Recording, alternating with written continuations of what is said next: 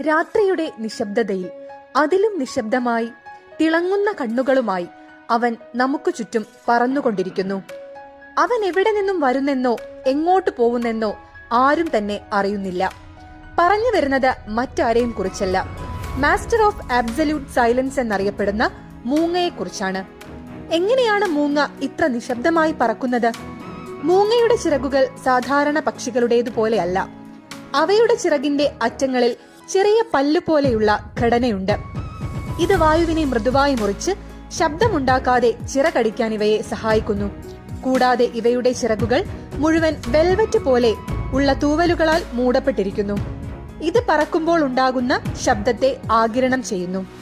അതായത് ഒരു മൂങ്ങ തന്റെ ഇരയെ സമീപിക്കുമ്പോൾ ആ ഇര പോലും അറിയുന്നില്ല മരണം തന്റെ അടുത്തെത്തിക്കഴിഞ്ഞു എന്നത്. അതുകൊണ്ട് തന്നെയാണ് ശാസ്ത്രലോകം മൂങ്ങയെ the true master of absolute silence എന്ന് വിളിക്കുന്നത്.